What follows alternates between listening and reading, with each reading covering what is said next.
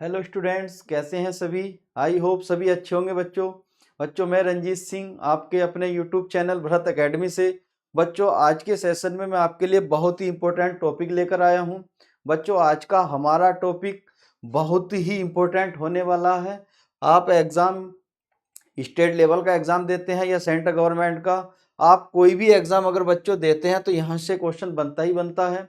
बच्चों आज का सेशन आपके लिए बहुत ही इम्पोर्टेंट है और जो भी बच्चे इस सेशन को देखें तो पूरा कंप्लीट देखें, ठीक है ना बच्चों। तो बच्चों आज का जो हमारा टॉपिक है, बच्चों आज का हमारा टॉपिक है फंडामेंटल राइट्स पार्ट 3। बच्चों संविधान के भाग 3 के अंदर फंडामेंटल राइट्स दिए गए हैं। फंडामेंटल राइट्स को बच्चों हम क्या बोलते हैं? मौलिक अधिकार। क्या बोलते हैं बच्चों? मौलिक अधिकार। मौलिक अधिकार। बच्चों ये मौलिक अधिकार क्या होते हैं? ठीक, सबसे पहला कि मौलिक अधिकार क्या होते हैं। बच्चों संविधान के पार्ट फोर्थ के ए में, पार्ट 4 के ए में क्या है बच्चों? मौलिक कर्तव्य। क्या है? मौलिक कर्तव्य है, ठीक है बच्चों। तो बच्चों मौलिक अधिकार क्या होते हैं या मूल अधिकार क्या होते हैं?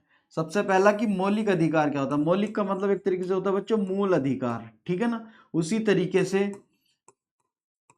इसी तरीके से यहाँ मौलिक का भी मूल क्या बच्चों? कर्तव्य है, ठीक, मौलिक कर्तव्य। अब यहाँ पे दो शब्द आए बच्चों, एक आया मूल अधिकार और दूसरा शब्द है आपके सामने मूल कर्तव्य है, ठीक।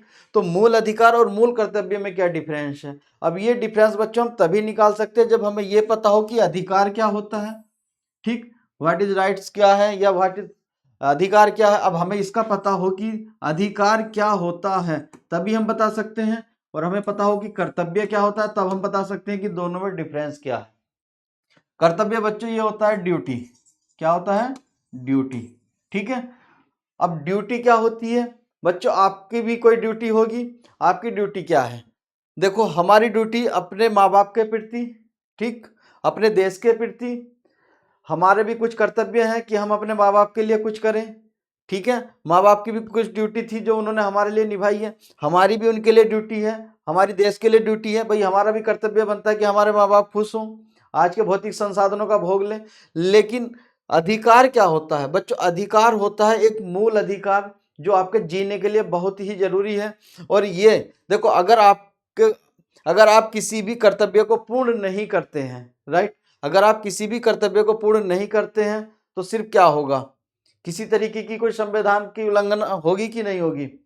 ठीक है, नहीं होगी। लेकिन अगर आप मूल अधिकार का उल्लंघन किसी के करते हो तो आप एक कानून का उल्लंघन कर रहे हो, जो आप एक दंड के दायरे में आते हैं। अगर आप किसी भी व्यक्ति के मौलिक अधिकार का, मूल अधिकार या मौलिक अधिकार, बच्चों ये एक ऐसे अधिकार होते हैं जो आपको संविधान ने दिए हैं, और संविधान ने देने के साथ साथ अगर आप इस तरीके के आपके किसी भी अधिकार का कोई उल्लंघन करता है तो उसको न्यायालय के द्वारा लागू किया जा सकता है, ठीक है। यह न्यायालय द्वारा लागू कराया जा सकता है।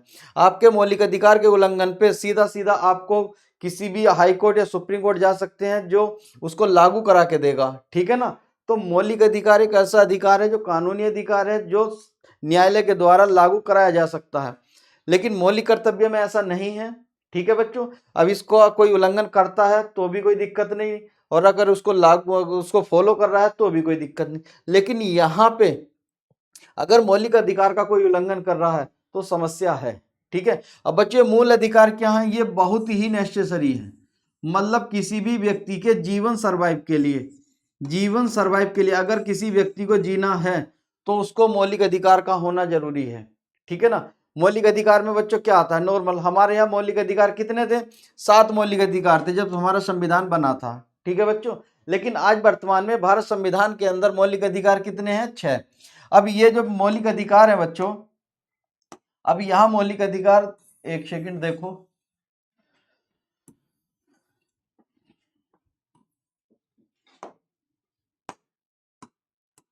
अब हमारे संविधान के अंदर बच्चों कितने मौलिक अधिकार हैं?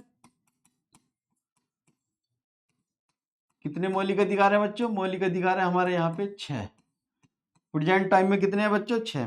लेकिन जब हमारा संविधान लागू हुआ था, जब संविधान बना था, तो उस समय हमारे संविधान के अंदर बच्चों कितने मौलिक अधिकार थे उस टाइम? थे 7। उस टाइम कितने थे? 7। लेकिन इसमें एक मौलिक अधिकार था आपका संपत्ति का अधिकार, ठीक है ना, राइट टू प्रॉपर्टी। लेकिन इसको बच्चों क्या कर दिया गया? समाप्त कर दिया गया। अब हमारे संविधान के अंदर सिर्फ 6 मौलिक अधिकार हैं, ठीक। एक है आपका विधि के समक्ष समानता, ठीक है, या जिसको हम सीधा सीधा क्या बोलते हैं, समानता का अधिकार या समता का अधिकार, राइट टू इक्वालिटी। तो सबसे पहला अधिकार बच्चों हमारा क्या है? समता का अधिकार। समता का अधिकार, ठीक, जिसको हम बोलते हैं right to equality. Right to equality, ठीक है बच्चों। इसमें आर्टिकल आते हैं 14 से 18, ठीक है बच्चों। फर्स्ट है ये। सेकंड मौलिक अधिकार बच्चों हमारा क्या है? सेकंड मौलिक अधिकार है बच्चों राइट टू फ्रीडम, स्वतंत्रता का अधिकार। स्वतंत्रता का अधिकार, ठीक है बच्चों। ये कितना है? 19 से बच्चों ये है 22, ठीक है, स्वतंत्रता का अधिकार, राइट टू फ्रीडम, ठीक है बच्चों। उसके बाद आता है बच्चों थर्ड आपका शोषण के विरुद्ध अधिकार। थर्ड क्या आता है बच्चों? शोषण के विरुद्ध अधिकार। यह है बच्चों राइट टू अगेंस्ट एक्सप्लॉयटेशन, शोषण के विरुद्ध अधिकार। इसमें आते हैं बच्चों आपके 13 से 24 आर्टिकल, मतलब 23 और 24 अनुच्छेद आते हैं। उसके बाद फोर्थ आता है बच्चों आपका शोषण के, फिर आता है बच्चों आपका धार्मिक स्वतंत्रता का अधिकार। फिर क्या आता है?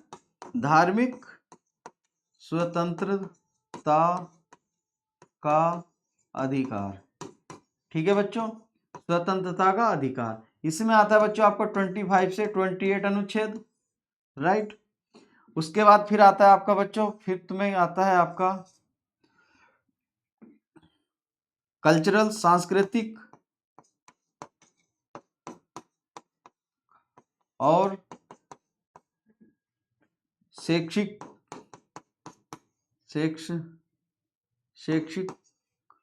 स्वतंत्रता, ठीक है बच्चों। इसमें आता है आपका 29, 30, ठीक है। फिर आता है आपका 6 में आता है बच्चों संविधान। आप अगर कोई भी आपके संविधान के यहाँ मौलिक अधिकार में से किसी भी अधिकार का अगर कोई भी व्यक्ति उल्लंघन करता है तो इसमें बोला जाता है बच्चों राइट टू अगेंस्ट रेमिडीज, मतलब इसमें उपचार, संवैधानिक मौलिक अधिकारों के लिए उपचार बताए गए हैं कि आप कैसे क्या कर सकते हैं। इसमें आर्टिकल आता है बच्चों आपका 13। इसमें आर्टिकल क्या आता है बच्चों आपका 36 संवैधानिक उपचार, ठीक है ना। इसमें आता है आपका बच्चों आर्टिकल 32, राइट। आर्टिकल क्या आता है? 32। अब जो आर्टिकल 31 था बच्चों, आर्टिकल 31 में हमारा संपत्ति का अधिकार था, जिसको यहाँ से समाप्त करके संपत्ति अधिकार को समाप्त करते आर्टिकल 300A में ऐड कर दिया गया। अब वो यहाँ पे मौलिक अधिकार ना होकर एक कानूनी अधिकार बना दिया गया है बच्चों। हमारे फंडामेंटल राइट्स के अंदर जो आर्टिकल आते हैं बच्चों, आर्टिकल आते हैं 12 से 35, ठीक है बच्चों। कितने आर्टिकल आते हैं? 12 से 35, ठीक है। अब हमारे संविधान के अंदर बच्चों मौलिक अधिकार दिए गए हैं 6। समता का अधिकार, स्वतंत्रता का अधिकार, शोषण के विरुद्ध अधिकार, धार्मिक स्वतंत्रता का अधिकार, सांस्कृतिक और शैक्षणिक स्वतंत्रता का अधिकार और संवैधानिक उपचार, जिसमें आर्टिकल 32, ठीक है बच्चों। अब यहाँ से 6 मौलिक अधिकार हैं, लेकिन हमारे मूल संविधान में कितने मौलिक अधिकार थे? 7, जिसमें एक मौलिक अधिकार था संपत्ति का अधिकार। अब यहाँ से संपत्ति के अधिकार को निकाल के बच्चों कहाँ डाल दिया गया? कानूनी अधिकार बना दिया गया आर्टिकल 300A में ऐड करके। क्लियर है? अब हमारे पास 6 मौलिक अधिकार बचे। अब ये मौलिक अधिकार बच्चों, जैसे हम बात करें समता का अधिकार, देखो नॉर्मल पहले ओवरऑल बात कर लेते हैं। समता का अधिकार, अगर इस समाज के अंदर हर एक व्यक्ति को समानता का अधिकार नहीं दिया गया तो क्या वो अपने आप को सुरक्षित महसूस करेगा? कभी नहीं करेगा। वो अपने आप से गिल्टी फील करने लगेगा, ठीक है ना, घृणा में जीने लगेगा कि हमारे साथ भेदभाव होता है, ठीक है ना। तो हर एक व्यक्ति के लिए समानता का अधिकार होना चाहिए, तभी वो सरवाइव कर पाएगा। तीसरा, स्वतंत्रता का अधिकार में क्या होता है बच्चों? स्वतंत्रता के अधिकार में आपका बोलने का अधिकार। सपोज करो अगर आपको बोलने का अधिकार ना हो तो आप घर से बाहर कहीं भी अगर जाते हैं तो बिना बोले काम चल जाएगा? नहीं चल पाएगा। ना आप किसी से कुछ कह पाओगे, ना दूसरे की सुन पाओगे। जब बोलने का अधिकार ही नहीं है तो क्या किसी से कहोगे, क्या किसी की सुनोगे? दूसरा, स्वतंत्रता के अधिकार में होता है कि आने जाने का अधिकार। आने जाने का, अगर आपको आने जाने का अधिकार नहीं है तो आप अपने कस्बे से या शहर से बाहर नहीं जा सकते, या कोई व्यक्ति आपके यहाँ नहीं आ सकता, तो भी समस्या है। या बच्चों जैसे आपको कहीं भी कोई भी रोजगार करने का अधिकार, अगर आपको रोजगार करने का अधिकार नहीं है तो क्या जीवन यापन कर पाएंगे? नहीं कर पाएंगे। इसी तरीके से बच्चों शोषण के विरुद्ध अधिकार की बात होती है। अगर किसी व्यक्ति का शोषण हो रहा है और किसके आधार पे हो रहा है, जैसे अब यहाँ पे शोषण के विरुद्ध की बात आती है तो यहाँ विशेषकर बच्चों के लिए बात आती है बच्चों। अब यहाँ पे शोषण, अगर किसी बच्चे की एज कम है, उसका कोई संरक्षक नहीं है, उसका कोई जबरदस्ती शोषण कर रहा है या जबरदस्ती उसको एक बंधुआ मजदूर की तरह घर में रख लिया हो, है बंधुआ मजदूर की तरह काम करा रहा है, ना पैसा दे रहा है, खाना भी पर्याप्त मात्रा में नहीं दे रहा, तो क्या उसका शोषण नहीं हो रहा? समस्या है। तो इसी तरीके से धार्मिक स्वतंत्रता, हर व्यक्ति की अपनी एक धार्मिक स्वतंत्रता है। भाई कोई व्यक्ति किसी भी धर्म को अपना सकता है, किसी भी धर्म में रह सकता है, जो धर्म उसे अच्छा लगता है उसको अपना सकता है, फॉलो कर सकता है, कोई दिक्कत नहीं है, ठीक है ना। अब मान लो जैसे सपोज करो कोई व्यक्ति किसी भी अदर धर्म का है, ठीक, और उससे आप बोलो कि आपको इस धर्म को चेंज करने दूसरे धर्म में जाना है, ठीक, लेकिन उस व्यक्ति को वो धर्म पसंद है, अच्छा लगता है, आप उसका जबरदस्ती प्रेशराइज करके उसका धर्म चेंज करवाओ, तो वो धर्म चेंज करेगा, मजबूरी में करेगा, लेकिन वो गिल्टी फील करेगा, हो सकता है कि वो उसके सामने आत्महत्या भी करके मर जाए, ठीक है। तो इसी तरीके से सांस्कृतिक और शैक्षणिक स्वतंत्रता, तो इस तरीके से अब जो हमारा सिक्स संवैधानिक अधिकार है, इसमें है बच्चों संवैधानिक उपचार। अब इसमें क्या है कि अगर कोई भी व्यक्ति आपके संविधान का मौलिक अधिकारों का उल्लंघन करता है तो आप सीधा कहाँ जा सकते हैं? आप उसके खिलाफ अगर कोई केस भी करना चाहेंगे तो आप सीधे हाई कोर्ट या सुप्रीम कोर्ट जा सकते हो, ठीक है ना बच्चों। तो मौलिक अधिकारों के लिए संवैधानिक उपचार दिए गए हैं आर्टिकल 32 में। अब बच्चों एक एक तरीके से बात करते हैं। आई होप कि शायद आपको समझ में आ गया होगा कि पार्ट 3 के अंदर मौलिक अधिकार क्या होते हैं। मूल अधिकार बच्चों, मौलिक अधिकार या मूल अधिकार किसी भी व्यक्ति के जीवन को सरवाइव करने के लिए अति आवश्यक होते हैं। इनके बिना व्यक्ति सरवाइव नहीं कर पाएगा, ठीक है। और अगर ये नहीं होंगे तो वो कहीं ना कहीं गिल्टी फील करेगा, और हो सकता है उस गिल्टी में आत्महत्या कर ले या मेंटली डिस्टर्ब हो जाए, मतलब कुछ भी XYZ हो सकता है। तो मौलिक अधिकारों का हर व्यक्ति के जीवन में एक अहम रोल है, जो उसको एक अच्छा जीवन देने के लिए बहुत ही महत्वपूर्ण स्थान रखते हैं। तो बच्चों मौलिक अधिकार हमारे संविधान में 6 हैं, ठीक है। ये मौलिक अधिकार का जो एक प्रारूप था बच्चों, ये कहाँ से लिया गया था? बच्चों हमारे यहाँ मौलिक अधिकार का प्रारूप लिया गया था बच्चों USA से। USA मतलब यूनाइटेड स्टेट्स ऑफ अमेरिका, ठीक है। कहाँ से? अमेरिका के संविधान से। बच्चों अमेरिका के संविधान में सिर्फ 2 ही मौलिक अधिकार है, लेकिन हमारे यहाँ 7 थे, और 7 में भी अब 6 रह गए हैं। अब 6 अधिकार के अंदर भी बच्चों हमारे यहाँ 12 से 35 कितने आर्टिकल हैं? 12 से 35 आर्टिकल हैं। अब हमारे यहाँ, अब सोचो अमेरिका के अंदर मौलिक अधिकार कम और हमारे यहाँ ज्यादा, तो हमारे यहाँ अधिक मौलिक अधिकार होने का रीजन क्या है? बच्चों सिंपल सा रीजन है, हमारे यहाँ अधिक मौलिक अधिकार होने का रीजन ये है क्योंकि भारत ही दुनिया में, ऑल ओवर वर्ल्ड के अंदर बच्चों भारत ही एक ऐसा देश है जिसमें हर कास्ट के, हर रिलीजन के, मतलब हर धर्मों के लोग एक साथ रहते हैं। तो बच्चे जब अलग अलग कैटेगरी के लोग रहते हैं, अलग अलग धर्मों के लोग रहते हैं, अलग अलग जाति के लोग रहते हैं, तो जब अलग अलग जाति धर्मों के लोग होंगे तो बच्चों सबके लिए कुछ ना कुछ यहाँ पर उपचार की बात की जाएगी, सबके लिए कुछ ना कुछ दिया जाएगा। जब सबको समानता की बात की जाएगी तो उनके लिए कुछ ना कुछ एक्स्ट्रा दिया जाएगा। तो इसीलिए हमारे यहाँ मौलिक अधिकार ज़्यादा हो गए। तो यही रीजन है बच्चों कि हमारे यहाँ मौलिक अधिकारों की संख्या अधिक क्यों है। सिंपल सा क्यों है? क्योंकि हमारे यहाँ विभिन्न धर्मों के और विभिन्न जातियों के लोग एक साथ रहते हैं। राइट है बच्चों। अब हम बात कर लेते हैं एक ही मौलिक अधिकार पे। देखो बच्चों हमारे मौलिक अधिकारों में आर्टिकल कहाँ आते हैं बच्चों? आर्टिकल है हमारा 12 से 35, ठीक है बच्चों। अब इसमें हम एक एक आर्टिकल पे बात करते हैं बच्चों। आर्टिकल 12, आर्टिकल 12 में क्या है बच्चों? आर्टिकल 12 के अंदर है स्टेट शब्द को डिफाइन किया गया है या स्टेट शब्द को परिभाषित किया गया। स्टेट मतलब राज्य, राज्य शब्द को क्या किया गया बच्चों, परिभाषित किया गया है, या राज्य शब्द को डिफाइन किया गया। बच्चों हमारे कॉन्स्टिट्यूशन के अंदर कहीं भी देश शब्द का इस्तेमाल नहीं किया गया या कहीं भी कंट्री नहीं बोला गया है। भारत के लिए सिर्फ एक ही शब्द इस्तेमाल हुआ है, या तो स्टेट या राज्यों का संघ। ठीक है, तो भारत के लिए दो शब्द इस्तेमाल हुए हैं, या तो संघ, राज्यों का संघ या स्टेट। तो स्टेट क्या होता है, आर्टिकल 12 के अंदर बच्चों राज्य शब्द को परिभाषित किया गया है। और ये राज्य क्या होता है, ठीक है, राज्य जिसके एक पर्टिकुलर एरिया हो, उसके पास एक पर्याप्त पॉपुलेशन हो, जनसंख्या हो, मतलब एक अपनी एरिया हो, एक क्षेत्र हो जहाँ पर वहाँ की पॉपुलेशन या जनसंख्या रहती है। उसके बाद वो अपने आंतरिक और बाह्य, ठीक है ना, इनर और आउटर जितने भी निर्णय हैं वो स्वतंत्रता के साथ ले सके, मतलब किसी के दबाव में ना ले। ठीक है ना, तो अपने आंतरिक और बाहर निर्णय लेने के लिए जो क्षेत्र स्वतंत्र होता है, ठीक है ना, वो क्या होता है, एक राज्य होता है। तो हमारे यहाँ बच्चों देश के लिए राज्य शब्द इस्तेमाल हुआ है। तो आर्टिकल 12 के अंदर क्या है बच्चों, राज्य शब्द को डिफाइन किया गया है, जिसकी एक पर्याप्त जनसंख्या हो, उसके पास उसका पर्याप्त क्षेत्रफल हो तथा अपने आंतरिक और बाहर निर्णय लेने के लिए स्वतंत्र हो, वो एक राज्य होता है। ठीक है ना, यही शब्द को डिफाइन किया गया आर्टिकल 12 के अंदर। बच्चों आर्टिकल 13 में क्या है, आर्टिकल 13 के अंदर कहा गया बच्चों कि मौलिक अधिकारों को कम नहीं किया जा सकता, ठीक है ना, समाप्त नहीं किया जा सकता या नगण्य नहीं किया जा सकता। तो बच्चों कम करना, मान लो सपोज करो जैसे हमारे 6 मौलिक अधिकार है, यहां से कोई एक समाप्त कर दिया जाए, कम हो गए। समाप्त का मतलब पूर्ण रूप से खत्म कर दिए जाए, ठीक।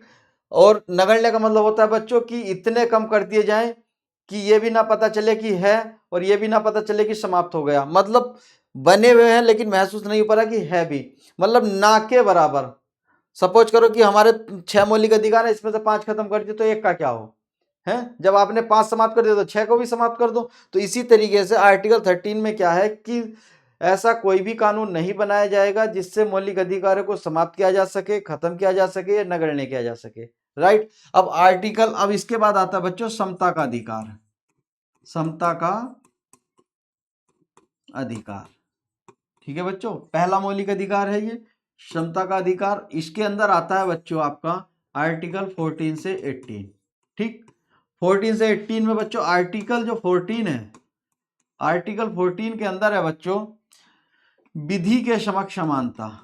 क्या है बच्चों, विधि के समक्ष समानता, राइट। अब विधि के समक्ष समानता बच्चों, विधि के समक्ष समानता का मतलब क्या है बच्चों, इक्वालिटी बिफोर लॉ।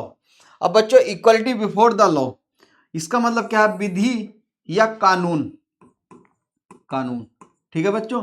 इंग्लिश में इसको हम क्या बोलेंगे, इक्वालिटी बिफोर लॉ, मतलब विधि के समक्ष समानता या कानून के सामने समान।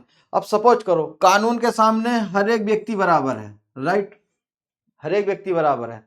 अब यहां पे बच्चों सपोज करो कि 2 कैटेगरी के लोग हैं, राइट, 2 कैटेगरी के लोग हैं, एक एसटी कैटेगरी से है, ठीक, एक जनरल कैटेगरी से है, राइट। अब 2 कैंडिडेट हैं, दोनों ने ही कोई ऐसा क्राइम किया है, दोनों ने ही कोई ऐसा क्राइम किया है और दोनों ही क्राइम करने वाले व्यक्ति क्या है बच्चों, एक पेशेवर मुजरिम है, मतलब पैसा लेके काम करते हैं, फिरौती लेके।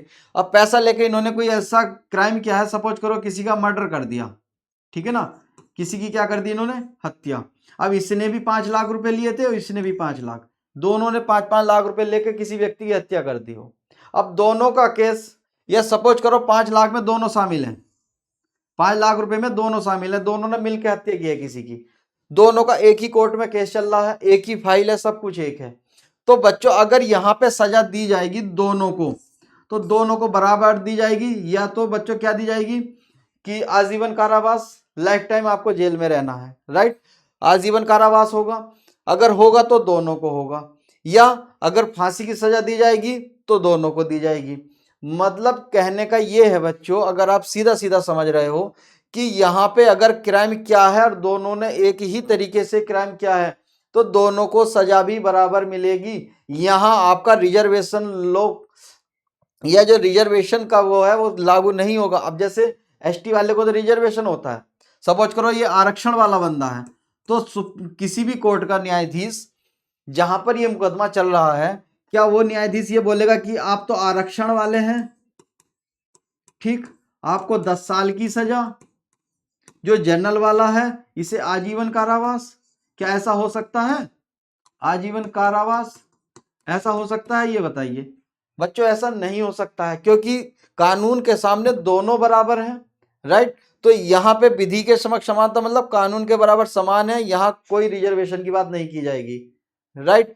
तो मैंने बताया कि दोनों पेशेवर मुजरिम में एक फाइल है, दोनों ने एक साथ मिलकर की हत्या की है किसी की, या क्राइम किया है, तो दोनों को सजा भी बराबर मिलेगी। ऐसा नहीं है कि तुम आरक्षण वाले हो तुम्हें कम मिलेगी, तुम अनरिजर्व वाले हो या मान लो आप जनरल से हैं तो आपको नहीं मिलेगी, या सामान्य आपको पूरा आजीवन कारावास होगा, ऐसा नहीं है। अगर सजा मिलेगी तो दोनों को आजीवन कारावास मिलेगी, फांसी होगी तो दोनों को फांसी होगी, ठीक है ना। तो ये विधि के समक्ष समानता की बात की जाती है आर्टिकल 14 में। बच्चों आर्टिकल 15, आर्टिकल 15 मतलब अनुच्छेद 15 में है बच्चों, किसी के साथ भी आप जाति, धर्म, ठीक, जेंडर, लिंग, रंग भेद और जन्म स्थान, ठीक है बच्चों, जाति, धर्म, लिंग, रंग भेद और जन्म स्थान के आधार पर भेदभाव नहीं कर सकते, ठीक है ना। के आधार पर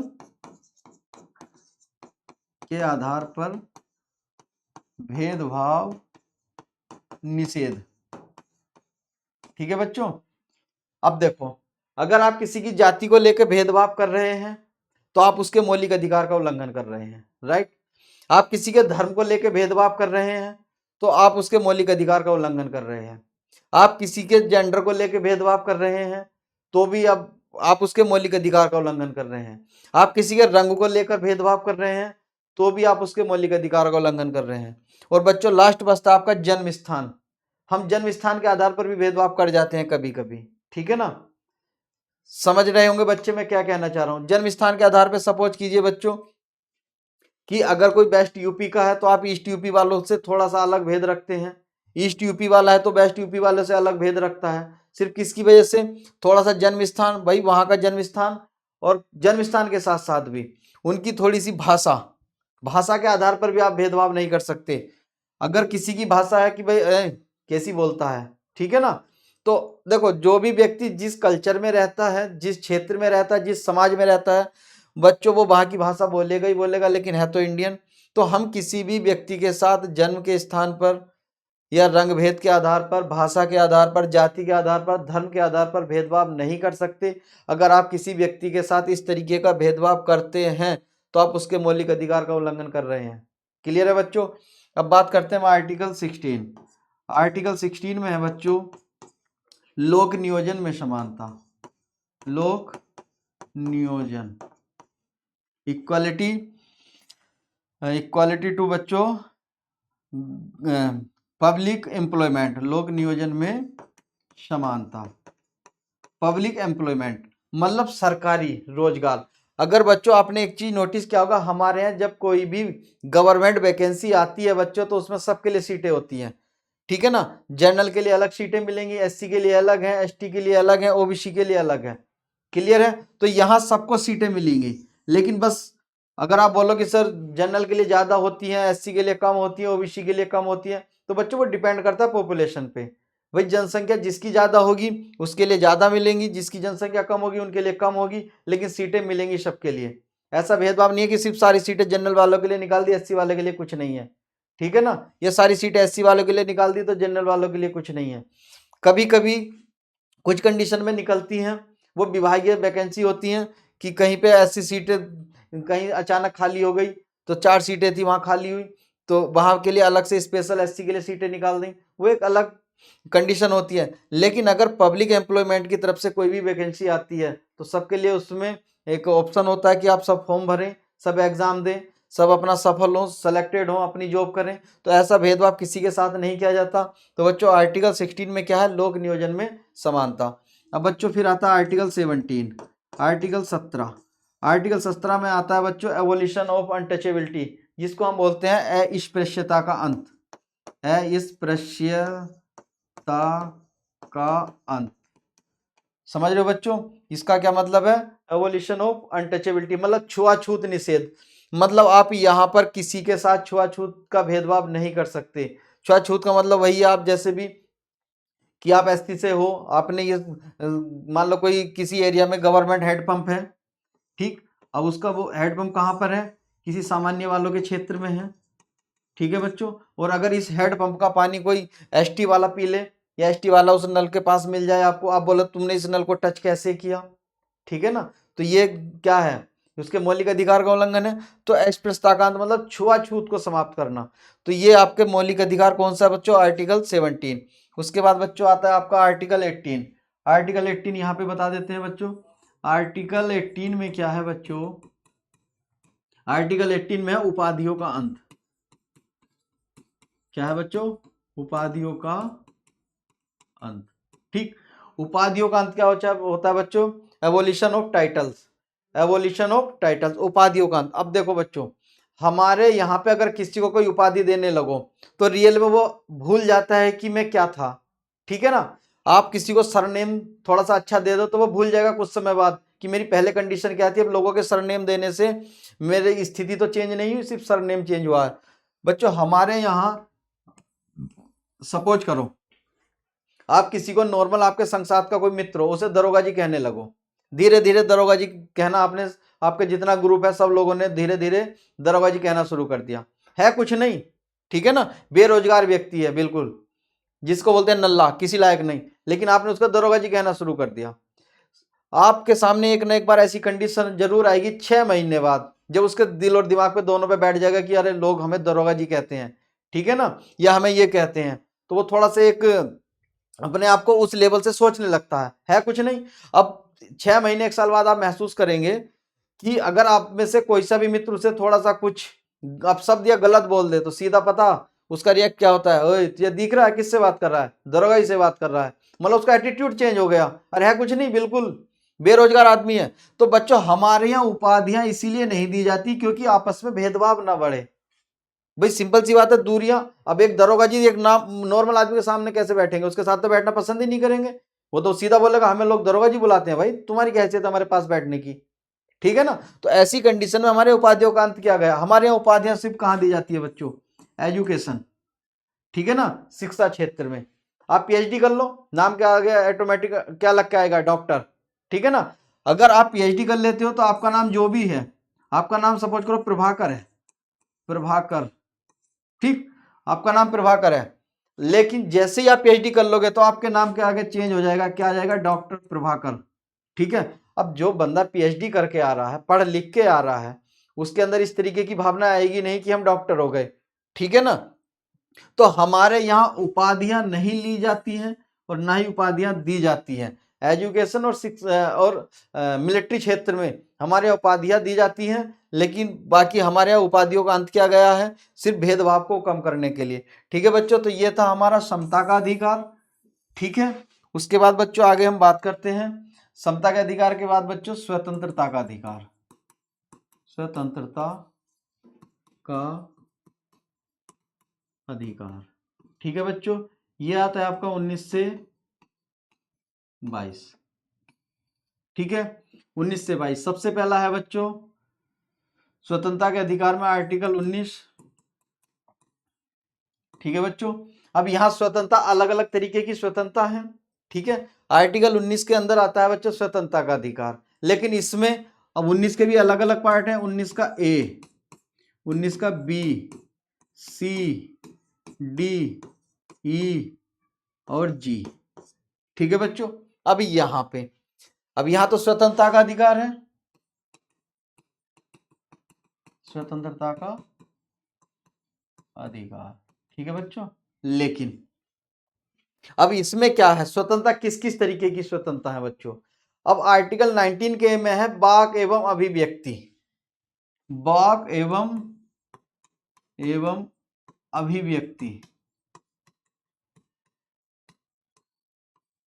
ठीक है बच्चों, वाक एवं अभिव्यक्ति की स्वतंत्रता का मतलब जानते हो, स्पीच एवं एक्सप्रेशन की स्वतंत्रता। अब स्पीच मतलब आप कुछ भी बोल सकते हैं, एक्सप्रेशन किसी तरीके की भी दिखा सकते हैं। तो वाक एवं अभिव्यक्ति की स्वतंत्रता है, लेकिन बोलने की स्वतंत्रता है, लेकिन एक लिमिट में बच्चों, लिमिट में। अब ऐसा नहीं है कि आपको बोलने की स्वतंत्रता है, ठीक है, और 2 पैक मारे पूरे मोहल्ले की नींद खराब कर रखी है, हैं? अब ऐसी कंडीशन में क्या होगा कि कोई भी अगर पड़ोसी आपका पुलिस को बुला ले तो 2 लठ मारेगी पुलिस और आपकी पूरी स्वतंत्रता खत्म कर देगी। तो यहाँ पे क्या है, बोलने की स्वतंत्रता है, लेकिन लिमिट में, किसी पड़ोसी को, समाज वाले को कोई दिक्कत ना हो। कभी आप पता लगा 2 पैक मार के पूरे मोहल्ले में गाते फिर स्वतंत्रता का अधिकार है, बोलने से कोई नहीं रोक सकता, तो ये नहीं हो सकता। ठीक है ना बच्चों, ये बिल्कुल नहीं हो सकता। तो वाक एवं अभिव्यक्ति की स्वतंत्रता है, लेकिन एक लिमिट में, एक तरीके से जो समाज को भी अच्छा लगे, आपके पड़ोस वालों को भी अच्छा लगे। तो वाक एवं अभिव्यक्ति की स्वतंत्रता। सेकंड में आता है बच्चों सभा एवं सम्मेलन की स्वतंत्रता। सेकंड में क्या है, बी में सभा एवं सम्मेलन की स्वतंत्रता। तो सभा एवं सम्मेलन बच्चों, सभा कहीं भी आप नुक्कड़ पे सभा करके बैठ जाएं, ठीक, सम्मेलन करके बैठ जाएं, या सरकार के खिलाफ भी हम लोग कभी कभी नाराजगी जाहिर करने के लिए भी सम्मेलन करने लगते हैं, सभा बैठा देते हैं। तो करो, कोई दिक्कत नहीं है, सभा एवं सम्मेलन करो, लेकिन शांतिपूर्ण ढंग से, अहिंसात्मक होना चाहिए। बच्चों आप अपनी बात सरकार से मनवाना चाह रहे हैं, ठीक है, लेकिन उसका एक तरीका होता है। बिल्कुल एक अहिंसात्मक सम्मेलन करो, सरकार से बोलो हमारी बात मानो, हमारी ये डिमांड है, लेकिन एक तरीके से। अब ये नहीं कि आप सम्मेलन करने बैठ गए, राइफल लेके बैठ गए, तलवार लेके बैठ गए, भाला लेके बैठ गए। इस तरीके से अगर आप अनशन करोगे तो पीएससी या आर्मी वाले बुलाए जाएंगे, इतना लट फिरेगा कि पूरा सम्मेलन भूल जाओगे। ठीक है ना, तो सम्मेलन करो, सरकार से बात मनवानी है तो अहिंसात्मक ढंग से करो, ठीक है ना, हिंसात्मक नहीं होना चाहिए आपका सम्मेलन। तो सभा एवं सम्मेलन की स्वतंत्रता है, तभी तो हमारे यहाँ कोई भी सरकार के विरोध प्रदर्शन करने के लिए कहीं भी खड़ा हो जाता है, रोड बंद कर देते हैं, हाईवे बंद कर देते हैं, लेकिन तरीके से। अब उसके बाद आता है बच्चों हमारे यहाँ संघ एवं संस्था बनाने की स्वतंत्रता। संस्था, ठीक है बच्चों, कोई भी एक ऑर्गेनाइजेशन या इंस्टीट्यूशन आप बना सकते हैं, कोई दिक्कत नहीं है। अब आपने कोई भी इंस्टीट्यूशन या ऑर्गेनाइजेशन, कोई भी संघ या संस्था बनाई है, तो बच्चों वो एक सामाजिक होनी चाहिए, समाज के हितकारी होनी चाहिए, समाज के हित के लिए होनी चाहिए। ऐसा नहीं है कि आईएसआई बना के बैठ जाओ, आतंकवादी संगठन बना दिया कि हमें तो संघ बनाने की स्वतंत्रता थी, हमने बनाया है, कोई नहीं रोक सकता। लेकिन ऐसा नहीं है। अगर आप कोई भी कमेटी बनाते हैं, कोई भी ऑर्गेनाइजेशन बनाते हैं, कोई भी इंस्टीट्यूट बनाते हैं, लेकिन वो ऐसा हो जो समाज का हितकारी हो। ऐसा ना हो कि आप उसमें गोला बारूद बना रहे हो और बोलो कि हमें तो संघ बनाने की स्वतंत्रता दी है सरकार ने, ठीक है, बंदूक बनानी शुरू कर दी, तो ये नहीं है। आप यहाँ पे कोई भी काम करें, हित का रहो, इसका समाज के अकॉर्डिंग हो, समाज के हित के लिए हो, तो कोई नहीं रोकेगा आपको। ठीक है, उसके बाद बच्चों, उसके बाद है आपको आने जाने की स्वतंत्रता। आने जाने की स्वतंत्रता, ठीक है बच्चों, आने जाने की स्वतंत्रता का मतलब आप भारत के किसी भी कोने में या किसी भी क्षेत्र में घूम सकते हैं, आपको कोई नहीं रोकेगा। ठीक है ना, आपका मन जहां करे वहां घूमे। लेकिन कहीं कहीं ऐसी कंडीशन है जो आपको जाने के लिए रोका भी जा सकता है, लेकिन आप ऐसी कंडीशन में बोलो कि नहीं, आर्टिकल 19 के डी में दिया हुआ है सीधा सीधा कि हमें आने जाने की स्वतंत्रता, कोई नहीं रोक सकता, तो बेटा ऐसी कंडीशन में फिर आपके साथ कुछ और भी हो सकता है। ठीक है ना, अब यहां पे अब आने जाने की स्वतंत्रता का मतलब समझो। अब बच्चों आपके क्षेत्र में कर्फ्यू लगा हुआ है, राइट, क्या लगा हुआ है, कर्फ्यू, सेना शासन लगा हुआ है, ठीक है ना, मिलिट्री शासन लगा हुआ है। अब ऐसी कंडीशन में सपोज करो मिलिट्री शासन लगा हुआ है और बिल्कुल शूट एंड साइड के ऑर्डर है कि अगर कोई भी व्यक्ति घर से बाहर निकल के जाता है सीधा गोली मार दो। अब ऐसी कंडीशन में आप बोलो कि आपकी कॉलोनी में सपोज करो 2 गली पार करके मंदिर हो, आप बोलो मुझे तो वहीं पूजा करनी है, ठीक, पूजा की थाली ली और आप अपने घर के गेट के बाहर, आर्मी वाला क्या बोलेगा कि भाई अंदर जाओ और बैठो, पूजा पाठ घर में करो, बाहर नहीं जाना है। आप बोलो आने जाने की स्वतंत्रता, आप मुझे नहीं रोक सकते, मैं पूजा करने जा रहा हूं, तो आपको पता है फिर क्या होगा, 2 गोली मारेगा सीधा और साक्षात दर्शन करा देगा प्रभु से, जाओ वही बात करना आप डायरेक्ट, यहाँ क्या बात करोगे। तो आने जाने की स्वतंत्रता, लेकिन कुछ कंडीशंस ऐसी होती हैं जहां ये स्वतंत्रता समाप्त हो जाती है। भाई मिलिट्री लॉ है तो आप नहीं जा सकते, लेकिन अगर बच्चों आपके घर में कोई व्यक्ति बीमार है और उसे इमरजेंसी डॉक्टर की जरूरत है, उसको हॉस्पिटलाइज करना ही पड़ेगा, तो ऐसी कंडीशन में अगर आप उस सिपाही से बोलोगे कि मेरे घर में पेशेंट है और हॉस्पिटल जाना ही पड़ेगा वरना दिक्कत आ जाएगी, तब वो क्या करेगा, आपको अपनी गाड़ी से हॉस्पिटल तक पहुंचाएगा, डॉक्टर से बात करेगा, कब तक इसका ट्रीटमेंट होगा, अपना नंबर दे के आएगा कि जब इनकी आप छुट्टी करो यहाँ से, ठीक है ना, जब रिलीज करो हॉस्पिटल से तो एक बार कॉल करना, तब वो आपको लेके भी वही आएगा और आपके घर तक छोड़ेगा, ठीक है ना।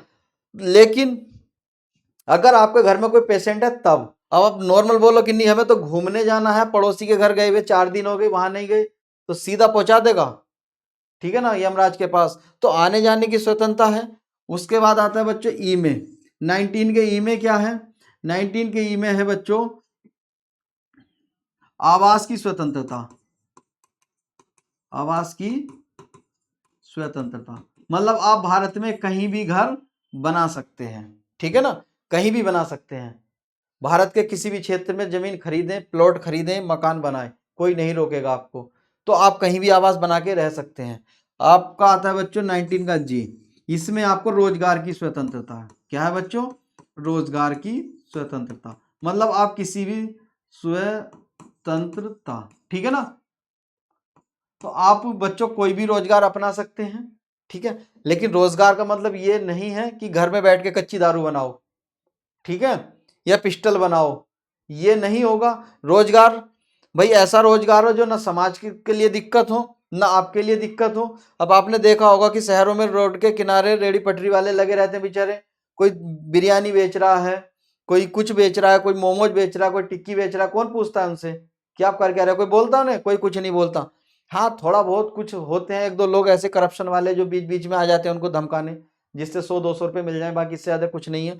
तो रोजगार की स्वतंत्रता, भारत में कोई भी रोजगार की स्वतंत्रता को नहीं रोकता, आप किसी भी तरीके का रोजगार करें, लेकिन रोजगार भी आपका सामाजिक हित का हो, समाज के हित में हो, ऐसा ना हो कि घर में बैठ के गोला बारूद बनाना शुरू कर दो, ठीक है ना, तो ये चीज नहीं होगी। तो बच्चों ये आपका स्वतंत्रता का 19 का स्वतंत्रता का अधिकार आर्टिकल 19, तो 19 में बच्चों इस तरीके की स्वतंत्रता मिली हुई है, क्लियर है। आगे बात करते हैं बच्चों आर्टिकल 20, तो आर्टिकल 20 में क्या है, आर्टिकल 20 में है बच्चों अपराध एवं दोष सिद्धि, अपराध एवं दोष सिद्धि निवारक कानून, ठीक है बच्चों। आर्टिकल 20 में क्या, अपराध एवं दोष सिद्धि निवारक कानून। बच्चों ये क्या होता है, कुछ बच्चे सोच रहे हैं अपराध एवं दोष सिद्धि का मतलब क्या है। बच्चों सिंपल सा मतलब है, अगर आपने सपोज करो आज क्या चल रहा है बच्चों, 2025 चल रहा है, अब ये 2025 का समय है, राइट। अगर आप इस समय कोई भी ऐसा कृत का मतलब जान रहे हो बच्चों, कोई भी ऐसा क्राइम करते हैं, इंग्लिश में क्राइम होता है बच्चों, लेकिन कानून की भाषा में उसको कृत बोला जाता है। अगर आप 2025 में कोई भी ऐसा क्राइम करते हैं जिसके लिए सजा 5 साल है, क्या है बच्चों, सजा 5 साल, ठीक, मतलब आपने किसी के घर में चोरी किया, चोरी भी बड़े लेवल की, ठीक है ना, डकैती, अब आपने यहाँ 5 साल की सजा है, लेकिन आने वाले 1 साल बाद 2026 में इस सजा का परिवर्तन करके इसको बच्चों 6 साल कर दिया जाए। अब सपोज करो 2026 में 6 साल कर दिया, अब आपको सजा मिलने की बात आती है, तो आपको सजा बच्चों सपोज करो 25 के बाद 26, 27, 2027, क्योंकि कुछ समय तो हमारे यहाँ आपको पता है मुकदमा चलने में लग जाता है, उसके बाद 2027 में आपको न्यायाधीश के द्वारा सजा सुनाई गई, तो आपको क्या सजा 5 साल जेल होगी या 6 साल जेल होगी। बच्चों आपको 5 साल ही जेल होगी, क्यों, क्योंकि 2026 में 6 साल जेल का प्रावधान था, लेकिन 2025 में 5 साल ही जेल का प्रावधान था, मतलब जिस समय आपने जो क्राइम किया है उसको उसी समय की सजा मिलेगी। अब मान लो सपोज करो 5 साल से कम करके ये 3 साल कर दी जाती, तो ऐसा भी नहीं था कि आपकी सजा उस समय 5 साल थी, 27 में जाके आपको सजा बोली है, तब इसको घटा के 3 साल कर दिया गया तो आपको 3 साल सजा मिलेगी, ऐसा नहीं है। जिस समय आपने जो भी क्राइम किया है उसी के अकॉर्डिंग आपको सजा मिलेगी। आगे सजा में चाहे मतलब सजा बढ़ा दी जाए या घटा दी जाए, ठीक है ना। सजा के प्रारूप में किसी भी तरीके का इंक्रीमेंट अगर मान लो इंक्रीज हो रही है या डिक्रीज हो रही है, बढ़ रही है या घट रही है, उससे मतलब नहीं है। आपने जिस समय में जो कानून का उल्लंघन किया है, जो भी क्राइम किया है, उस समय जो सजा थी आपको उसी के अनुसार सजा मिलनी है। दूसरा, यहाँ पे बच्चों दोहरी सजा की बात होती है कि आप किसी को भी दोहरी सजा नहीं मिलेगी। सपोज करो आपने कोई क्राइम किया और क्राइम में बच्चों आपको पुलिस ने पकड़ा, सीधा जेल अंदर। अब जेल के बाद मुकदमा चल रहा है कोर्ट में, ठीक। अब जेल में पड़े पड़े आपको बच्चों 2 साल हो गए, सपोज करो, ठीक। कितने साल हो गए? 2 साल। उसके बाद आपको न्यायाधीश ने सजा सुनाई कितनी? 8 साल की। सजा कितनी सुनाई है? 8 साल की। 2 साल आप पहले कंप्लीट कर चुके हो। तो ऐसा नहीं है बच्चों कि आपको अब 2 साल बाद सजा सुनाई गई 8 साल की तो आप 8 साल की सजा काटेंगे, ऐसा नहीं है। इसमें से ये वाली 2 साल आपकी कम कर दी जाएगी, अभी आपको 6 साल और रहना पड़ेगा। इसका मतलब क्या है? ये दोहरी सजा से भी रुकवा बचाता है आपको।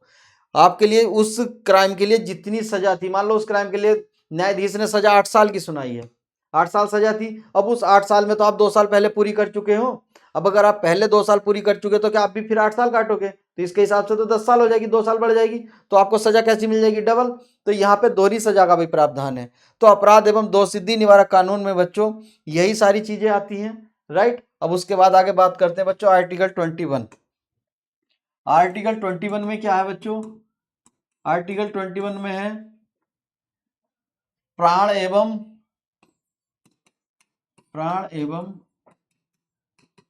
दैहिक स्वतंत्रता। प्राण एवं दैहिक स्वतंत्रता। प्राण एवं दैहिक स्वतंत्रता। प्राण का मतलब आप समझ रहे हो बच्चों, आपके जीवन की रक्षा। तो आर्टिकल 21 में क्या है कि आपके जीवन की रक्षा करना किसका काम है? सरकार का। मैंने अभी जैसे बताया आर्टिकल 19 के डी में बताया था शायद, आने जाने की स्वतंत्रता। आपको आने जाने की स्वतंत्रता तो है, ठीक है, लेकिन अगर मैंने बताया वो आने जाने की स्वतंत्रता कब है? अगर मिलिट्री कानून लागू है और ऐसे में आपको आना जाना बंद कर दिया जाए, आपके मौलिक अधिकार खत्म। लेकिन यहाँ पे क्या दिक्कत है कि आप बीमार हैं, आपको ट्रीटमेंट चाहिए, तो आपके शरीर की रक्षा करना सरकार का दायित्व है। तो उस समय आपको इमरजेंसी में हॉस्पिटल तक पहुंचाया जाएगा, ट्रीटमेंट कराया जाएगा, मतलब आपके शरीर की रक्षा करना, ठीक है ना, आपकी रक्षा करना सरकार का दायित्व है, ठीक है ना। आपके परिवार की रक्षा करना सरकार का दायित्व है। तो प्राण एवं दैहिक स्वतंत्रता, किसी भी व्यक्ति के प्राणों की रक्षा करना सरकार का दायित्व है, ठीक है ना। और ऐसे में किसी के प्राण जाते हैं तो समझ लो फिर क्या होता है। तो आर्टिकल 21 में ही एक आर्टिकल और आता है बच्चों, 21 का ए। 21 के ए में है बच्चों 6 से 14 वर्ष तक के बच्चों के लिए, वर्ष तक के बच्चों के लिए निःशुल्क शिक्षा, ठीक है बच्चों। इसमें क्या है? 6 से 14 वर्ष तक के बच्चों के लिए निःशुल्क शिक्षा, मतलब गवर्नमेंट स्कूल के अंदर कोई भी बच्चा जो 6 से 14 वर्ष तक के बीच का है उसको निःशुल्क शिक्षा मिलेगी, मतलब उसकी कोई फीस नहीं जाएगी, ठीक है ना। लेकिन ये जो प्रावधान किया गया है, ये प्रावधान किया गया है बच्चों 86 अमेंडमेंट 2002। बच्चों 6 से 14 वर्ष तक के बच्चों के लिए शिक्षा का प्रावधान जो किया गया है वो किया गया बच्चों 86वें संविधान संशोधन 2002 के द्वारा। क्लियर है बच्चों। इसके बाद आता है बच्चों आपका आर्टिकल 22। इसमें आता है बच्चों एक सेकेंड, इसमें आता है बच्चों गिरफ्तारी निवारक निरोधी कानून। गिरफ्तार निवारक निरोधी कानून, ठीक है बच्चों। अब इसमें क्या है? इसमें होता है बच्चों अगर आपको पुलिस शक के बेस पे गिरफ्तार करके ले जाती है, ठीक है, तो आपका सबसे पहला दायित्व ये बनता है कि आप उस पुलिस अधिकारी से ये मालूम कर सकें कि आप ये बताइए आपने मुझे किस क्राइम में या किस धारा के तहत गिरफ्तार किया है। आपका ये दायित्व है और आपका ये अधिकार है, आप उससे मालूम कर सकते हैं कि आप ये बताइए आपने मुझे क्यों गिरफ्तार किया है, राइट। दूसरा, आपको अपने पसंद के वकील से विचार विमर्श करने की भी छूट होती है, ठीक। आप अपनी पसंद के वकील से विचार विमर्श कर सकते हैं। आर्टिकल फिर इसी में आता है बच्चों एक कि 24 घंटे के अंदर, राइट, 24 घंटे के अंदर आपको किसी ना किसी नजदीकी न्यायाधीश या मजिस्ट्रेट के सामने पेश करना होगा। लेकिन उसमें एक होता कि बच्चों आने जाने का समय ऐड नहीं किया जाता, ठीक है ना, गिरफ्तारी के बाद आने जाने के समय को छोड़कर 24 घंटे के अंदर आपको ऐसी कंडीशन में किसी ना किसी नजदीकी न्यायाधीश के सामने पेश करना अनिवार्य है। ठीक है बच्चों, यह है आपका आर्टिकल 22। उसके बाद आता है बच्चों आपका शोषण के विरुद्ध अधिकार। उसके बाद क्या आता है बच्चों, शोषण के विरुद्ध अधिकार। ठीक है ना, शोषण के विरुद्ध अधिकार में आता है बच्चों 23 और 24, राइट। 23 और 24 में क्या है बच्चों, मतलब यहां पर आर्टिकल 23 में है 23 और आर्टिकल 24। 23 में बच्चों बलात्श्रम निषेध, चाइल्ड लेबर, ठीक है ना बच्चों, और यहां है बाल नियोजन निषेध।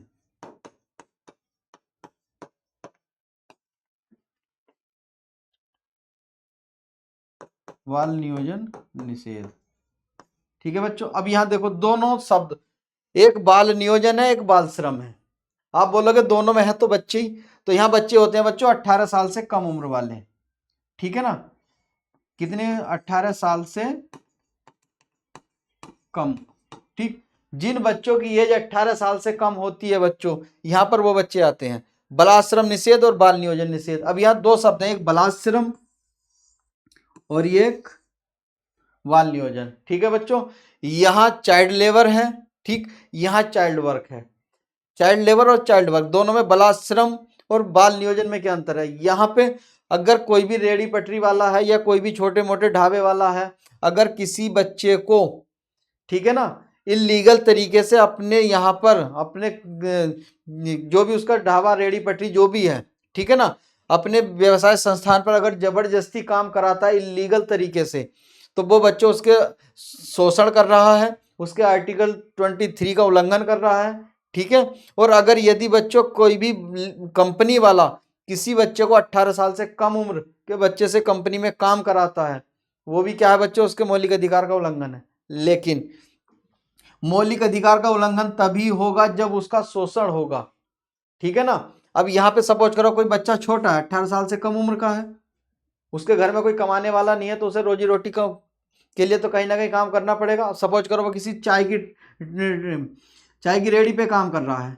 राइट, और आप वहां गए चाय पीने, और आपके अंदर एक क्या समाज सेवा की भावना जागी, आप बोले यार ये छोटे से बच्चे से काम करा रहा है इस व्यक्ति के, या सपोज करो आपको थोड़ी बहुत उसके पैसे लेन देन के ऊपर आपकी किसी बात को लेके तू मैं हो गई, तो आपको गुस्सा है कि ले आज हम तुझे देखते हैं, छोटे बच्चे से काम करा रहा है, आज इसी का ठेला बंद कराएं, ठीक है ना। आपने बच्चों उसकी शिकायत कर दी, शिकायत करने के बाद पुलिस वहां आएगी, ठीक है ना, जो भी वहां जांच अधिकारी आएंगे वो आएंगे, वो ना आपसे बात करेंगे ना उस चाय वाले से बात करेंगे, वो बात करेंगे सीधे उस बच्चे से, ठीक। अब बच्चे से पूछेंगे बेटा आप यहाँ काम करते क्यों हो, तो बच्चे का जवाब अगर हुआ कि हमारे घर में कोई कमाने वाला नहीं है, हमें तो करना ही पड़ेगा, तो फिर आप क्या करोगे। फिर दूसरा क्वेश्चन उनका क्या होगा, दूसरा क्वेश्चन होगा कि आप यहाँ पे किस तरीके से काम करते हैं, आपको ये मालिक पैसे देता है कि नहीं देता है, वो बोलेगा हाँ जी पैसे देते हैं, टाइम पे दे देते हैं, खाने पीने के लिए भी देते हैं, तो कोई दिक्कत नहीं है। अब उसके घर में कोई कमाने वाला नहीं है, खाने, अब सिंपल सी बात है, जिस मालिक के पास काम कर रहा है खाना टाइम पे मिल रहा है, पैसा टाइम पे मिल रहा है, तो क्या वो उसका शोषण कर रहा है, उसका शोषण नहीं कर रहा, उसने उसको रोजगार दे दिया। लेकिन अगर वही बच्चा ये बोल दे कि सर टाइम पे पैसों की बात कर रहे हो, खाना भी नहीं देता, मारता बहुत है, 3 महीने से मेरी सैलरी नहीं दी, जबरदस्ती घर में रखता है, मुझे मारता है, भागने भी नहीं देता, तो ऐसी कंडीशन में फिर उस चाय वाले की स्थिति क्या होगी आप समझ सकते हैं, ठीक है ना। इसी तरीके से बाल नियोजन है, आप किसी भी कंपनी के अंदर 18 साल से कम उम्र के बच्चों का निषेध होता है, और सबसे ज्यादा विशेषकर कहाँ पे, जो खतरनाक कारखाने होते हैं, जहाँ विस्फोटक सामग्रियां बनती हैं, माचिस बनती हो, पटाखे बनते हो, गोला बारूद बनती हो, तो इस तरीके की फैक्ट्री के अंदर बाल नियोजन निषेध है। और अधिकांशतः सभी कंपनी के अंदर जो चाइल्ड लेबर पॉलिसी आई थी उसमें यही था बच्चों कि 18 वर्ष से कम के बच्चों को किसी भी कंपनी के अंदर प्रवेश वर्जित है। तो यह है बच्चों आपका शोषण के विरुद्ध अधिकार। उसके बाद आता है बच्चों आपका धार्मिक स्वतंत्रता का अधिकार। फिर क्या आता है, धार्मिक स्वतंत्रता का अधिकार। राइट बच्चों, ये आता है आर्टिकल 25 से 28। ठीक है, इसमें आती है आपकी धार्मिक स्वतंत्रता बच्चों। आर्टिकल 25, आर्टिकल 25 में है बच्चों धर्म के अंतःकरण की स्वतंत्रता। मैंने आपको बताया था कि आप अपनी इच्छा से किसी भी धर्म को अपना सकते हैं। ठीक है, यहाँ क्या था बच्चों, धर्म के अंतःकरण की स्वतंत्रता। ठीक, धर्म के अंतःकरण की स्वतंत्रता मतलब आप किसी भी धर्म को अपना सकते हैं, जिस धर्म में है उसमें रह सकते हैं। मतलब कोई भी व्यक्ति आपके धर्म को जबरदस्ती चेंज नहीं करा सकता या परिवर्तित नहीं करा सकता। सपोज कीजिए आप हिंदू हैं, आपसे कोई जबरदस्ती बोले कि सिख धर्म अपना लो, तो वो आपका धर्म परिवर्तन करा रहा है, इसका मतलब वो आपका मौलिक अधिकार का उल्लंघन कर रहा है। ठीक है ना, वो सीधा सीधा जेल जाने का हकदार है। लेकिन आप अपनी इच्छा से धर्म परिवर्तन कर रहे हैं, ठीक, और आपके माँ बाप मना कर रहे हैं, तो ध्यान रखना उस कंडीशन में वो भी आपके मौलिक अधिकार का उल्लंघन कर रहे हैं। धर्म के अंतःकरण का मतलब है कि कोई भी व्यक्ति किसी भी धर्म में धर्म परिवर्तन कर सकता है, लेकिन बिना किसी दबाव के, अपनी स्वेच्छा से। ठीक है ना, कोई नहीं रोकेगा आपको। उसी तरीके से अब बच्चों आर्टिकल आता है 26, इसमें आती है धार्मिक कार्यों के प्रबंधन की स्वतंत्रता। प्रबंधन काहेगा बच्चों, धार्मिक कार्यों का, धार्मिक कार्यों के प्रबंधन की स्वतंत्रता। अब यहाँ क्या है बच्चों, यहाँ यह है कि जैसे आप हमारे यहाँ होते हैं मुहर्रम होते हैं मुस्लिम समुदाय में, तो जब मुस्लिम समुदाय कहाँ जाएंगे भाई, हमारे जो जिलाधिकारी होते हैं एसडीएम साहब या डीएम साहब, सबसे नीचे तो पहले वो कहाँ जाएंगे, एसडीएम साहब के पास जाएंगे। अब वहां से परमिशन लेंगे कि हमें मुहर्रम निकालने हैं, तो एसडीएम साहब उसको परमिशन देने से पहले जहां जहां जिस रास्ते से वो मुहर्रम निकालने की बात करेंगे उस रास्ते का सर्वे करवाएंगे। ठीक है ना, अपने निचले अधिकारियों से सर्वे करवाएंगे कि हाँ रास्ता ठीक है, कैसा है, किसी तरीके की समस्या तो नहीं आएगी मुहर्रम अब निकालने में। तो वो उसका पूरा सर्वे के बाद जब उनको लगेगा कि रास्ता क्लियर है तो आपको अनुमति दे देंगे। लेकिन अनुमति देने के साथ साथ वो आपकी सिक्योरिटी की भी गारंटी देंगे। आपको पता है मुहर्रम के साथ फिर पुलिस घूमती है कि किसी तरीके का कोई दंगा या कोई धार्मिक हिंसा ना हो। तो अब देखो धार्मिक कार्यों के प्रबंधन की स्वतंत्रता पुलिस सिक्योरिटी दे रही है। आप राम झांकी निकालो तो पुलिस सिक्योरिटी देगी। ठीक है ना, किसी भी तरीके की वाल्मीकि जयंती निकालो तो पुलिस सिक्योरिटी देगी, रविदास जयंती निकालो तो पुलिस सिक्योरिटी देगी। अगर कहीं दंगा होने की कंडीशन है तो ऐसी कंडीशन में पुलिस आपको सपोर्ट करेगी, प्रशासन का काम है। तो धार्मिक कार्यों के प्रबंधन की पूरी स्वतंत्रता है, आप किसी भी तरीके का करो, कोई दिक्कत नहीं है। अब सपोज करो आपके घर में जागरण चल रहा है, अब कोई पड़ोसी बोले, अब देखो जैसे हमारे यहाँ डीजे बजाना रात को 10 बजे के बाद सिटी के अंदर बिल्कुल बंद है कि 10 बजे के बाद डीजे नहीं बजा सकते। ठीक, 10 बजे अब आपके घर में किसी का बर्थडे है, अब 10 बजे बज गए, अब डीजे बज ही रहा है, 11 बज गए डीजे बज रहा है, कोई पड़ोसी पुलिस को फोन करेगा, डीजे के डब्बे भी जाएंगे और आप भी जाएंगे।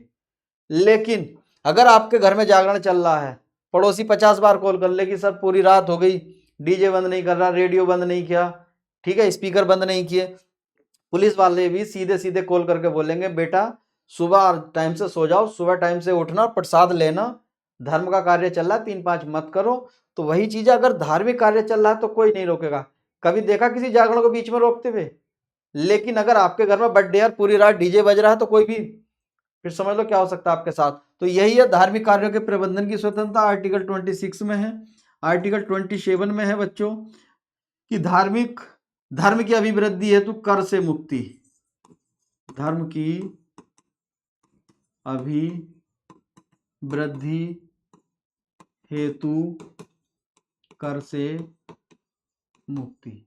ठीक है बच्चों, धर्म की अभिवृद्धि का मतलब आता है बच्चों धर्म का बढ़ावा, धर्म का बढ़ावा देने के लिए, या आप किसी भी धर्म के लिए, ठीक है ना, या किसी भी धार्मिक कार्य के लिए अगर आप अपना पैसा जो भी आप कमाते हैं उसका कुछ हिस्सा बच्चों अगर उसके लिए फिक्स कर देते हैं तो आपका पैसा वो टैक्स फ्री हो जाता है। ठीक है ना, उस टैक्स पैसे पर किसी भी तरीके का कोई टैक्स नहीं लगेगा। तो धर्म की अभिवृद्धि है तो कर से मुक्ति, आप किसी भी धर्म की अभिवृद्धि के लिए जितना भी पैसा लगाते हैं वो टैक्स फ्री में माना जाएगा, उस पर कोई टैक्स नहीं होगा, चाहे 1 करोड़ हो या 5 करोड़ हो। ठीक है ना, आर्टिकल 28, आर्टिकल 28 में क्या है बच्चों,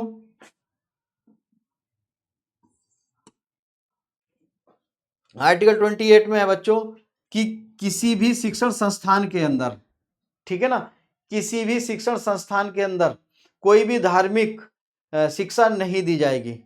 मतलब कोई भी शिक्षण संस्थान है उसमें कोई भी धार्मिक शिक्षा नहीं दी जाएगी। धार्मिक शिक्षण संस्थान में धार्मिक शिक्षा नहीं दी जाएगी। ठीक है ना।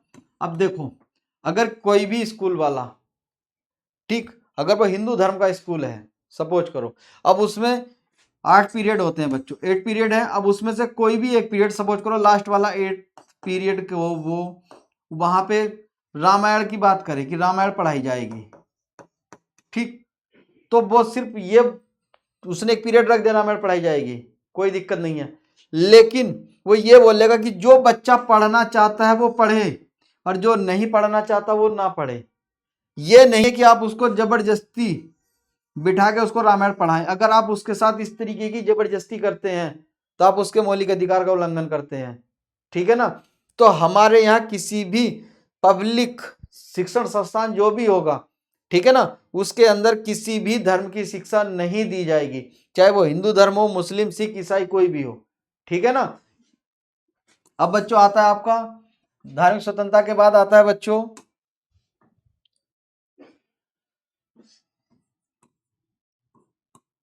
सांस्कृतिक एवं शैक्षणिक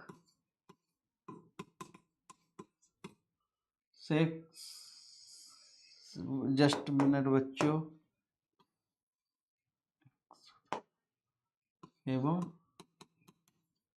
शैक्षणिक स्वतंत्र। ठीक है बच्चों, सांस्कृतिक एवं शैक्षणिक स्वतंत्रता, इसमें आर्टिकल आता है बच्चों आपका 29 to 30। ठीक है। अब इसमें आर्टिकल 29 बच्चों, आर्टिकल 29 में है अल्पसंख्यकों के हितों का संरक्षण। ठीक है। जितनी भी माइनॉरिटी हैं, यह क्या है, अल्पसंख्यकों के हितों का संरक्षण। ठीक है बच्चों। अब यहाँ अल्पसंख्यक कौन होते हैं बच्चों, माइनॉरिटी, उनके हितों के संरक्षण की बात की गई है, राइट, उनके हितों के संरक्षण की बात की गई है। तो यहां पर कि उनके हित, कोई भी कानून अगर बनेगा, ठीक है ना, तो अल्पसंख्यकों को ध्यान में रखते हुए बनाया जाएगा। ठीक है ना। शैक्षणिक संस्थान होगा तो वहां पे भी, और अगर कोई सांस्कृतिक प्रोग्राम होगा तो वहां पर भी। अब इसमें एक आता है आर्टिकल 30। आर्टिकल 30 में यह बच्चों, कोई भी अल्पसंख्यक समुदाय के द्वारा अगर किसी भी शिक्षण संस्थान की स्थापना की जाती है, राइट, किसी भी अल्पसंख्यक संस्थान के अल्पसंख्यक लोगों के द्वारा किसी भी शिक्षण संस्थान या किसी भी संस्थान की अगर स्थापना की जाती है तो उसको, उसके प्रबंधन के या कार्य, मतलब उसको चलाने की पूरी जो जिम्मेदारी होगी वो अल्पसंख्यक समुदाय की ही होगी। वो उसको अपने ही अकॉर्डिंग, अपने हिसाब से चलाएंगे। मतलब वो किसी दूसरे के प्रेशराइज करने पे कोई भी परिवर्तन नहीं करेंगे। अब यहाँ पे मान लो किसी अल्पसंख्यक समुदाय ने कोई एक कॉलेज बनाया, अब उसने उसके अंदर किसी भी सामान्य वर्ग के लोगों के लिए कोई सीट नहीं है, कोई सीट नहीं है। अब आप जबरदस्ती ये नहीं बोल सकते कि हम क्यों नहीं पढ़ सकते, ये हमारा मौलिक अधिकार है पढ़ना, हम आपके खिलाफ केस कर देंगे, मुकदमा कर देंगे, कुछ नहीं कर सकते। अगर कोई भी अल्पसंख्यक समुदाय अपने द्वारा कोई शिक्षण संस्थान बनाता है, ठीक है ना, तो उसके पूरे प्रबंधन की स्वतंत्रता, ठीक है ना, पूरे संचालन की आजादी किसके पास होगी, अल्पसंख्यक समुदाय के, और वो उसी के नियम कानूनों के अनुसार चलेगा जैसे वो चाहते हैं, राइट। उसके बाद आता है बच्चों आपका आर्टिकल 31 में मैंने बताया था आपको शिक्षा, आपकी संपत्ति का अधिकार था, जो वहां से हटाकर आपके आर्टिकल 300A में ऐड करके कानूनी अधिकार बना दिए गए हैं। उसके बाद आता बच्चों आर्टिकल आपका 32, जो मैंने बताया था संवैधानिक उपचार। ठीक है ना, मौलिक अधिकारों के लिए संवैधानिक उपचार। इसमें क्या है बच्चों, इसमें है कि अगर कोई भी व्यक्ति आपके किसी भी मौलिक अधिकार का उल्लंघन करता है तो आपको सीधे सीधे कहीं नहीं जाना, आप सीधे कहां जा सकते हैं बच्चों, सुप्रीम कोर्ट। आप कहां जा सकते हैं, सुप्रीम कोर्ट। और इसी तरीके से एक आर्टिकल आता है बच्चों 226 के तहत आप कहां जा सकते हैं, हाई कोर्ट। अब सपोज कीजिए आपका किसी के साथ झगड़ा हो गया, ठीक है। अब झगड़ा चाहे वो राजस्व को लेके हो या क्रिमिनल झगड़ा हो, सपोज कीजिए राजस्व को लेके है, आपका वो मुकदमा चल रहा है, या क्रिमिनल कोई सा भी ले लें। अब आपका कोई मुकदमा चल रहा है बच्चों, सबसे पहले लोअर के कोर्ट में चलता है जो तहसील लेवल पे होता है, राइट। उसके बाद आप वहां से जीते या हारें, जैसे भी आपकी इच्छा हो, आप उसके बाद कहाँ जाएंगे, डिस्ट्रिक्ट कोर्ट। डिस्ट्रिक्ट कोर्ट से फैसला आने के बाद आपको संतुष्टि नहीं, फिर आप कहाँ जाएंगे, हाई कोर्ट। और हाई कोर्ट से भी आपको संतुष्टि नहीं मिली तो उसके बाद आप कहाँ जाएंगे, सुप्रीम कोर्ट। और सुप्रीम कोर्ट से भी संतुष्टि नहीं मिली तो उसके बाद कहाँ जाएंगे, अरे कहीं नहीं जाएंगे, अपने घर रहेंगे, उसके बाद आप कहीं नहीं जा सकते। लेकिन अगर आप सोचो कि अपना मुकदमा सीधा तहसील लेवल पे ना चला के सीधा सुप्रीम कोर्ट में चलाएं, ऐसा नहीं हो सकता। लेकिन यदि कोई व्यक्ति आपके मौलिक अधिकारों का उल्लंघन कर रहा है तो आप सीधे आर्टिकल 32 के द्वारा सुप्रीम कोर्ट और आर्टिकल 226 के द्वारा हाई कोर्ट सीधे अपील कर सकते हैं। क्लियर है। तो इसीलिए ये आर्टिकल 32 क्या है बच्चों, मौलिक अधिकारों के लिए संवैधानिक उपचार, ठीक है। इसके बाद बच्चों आपका आता है आर्टिकल 33, 34, 35, जो आपके लिए ज्यादा इंपॉर्टेंट नहीं है, ठीक है ना। तो आई होप बच्चों मौलिक अधिकार सबको समझ में अच्छे से आ गए होंगे। बच्चों मेरी वीडियो जब भी आप देखो तो मैंने आपको पहले भी बताया कि एक नोट कॉपी और पेन लेके जरूर बैठा करो। कोई भी चीज जब मैं बताऊं तो उसको जरूर लिखा करो, ताकि ये वीडियो आप बार बार कब तक इसको पोस्ट करके या फॉरवर्ड करके देखोगे। कोई भी चीज़ आपको अच्छी लगती है या कोई चीज़ ऐसी है जो आपको पॉइंट टू पॉइंट अच्छी लगी, जो एग्जाम के पॉइंट ऑफ व्यू से अच्छी है, तो आप उसको राइट डाउन भी कर सकते हैं, ठीक है ना। और नॉर्मल ऐसी वीडियो देखोगे तो बार बार कब तक वीडियो देखोगे। तो वीडियो देखने के बाद या वीडियो देखते समय बच्चों सिंपल सा अपने क्वेश्चन या अपने नोट्स अपने अकॉर्डिंग बनाया करो, बहुत ही जरूरी है। तो बच्चों आज की क्लास में हमने पढ़ा फंडामेंटल राइट्स, संविधान का भाग 3। तो आई होप सबको अच्छे से समझ में आया होगा। तो बच्चों आज के लिए इतना ही काफ़ी, और मिलते हैं अब नेक्स्ट सेशन में। जय हिंद, जय भारत।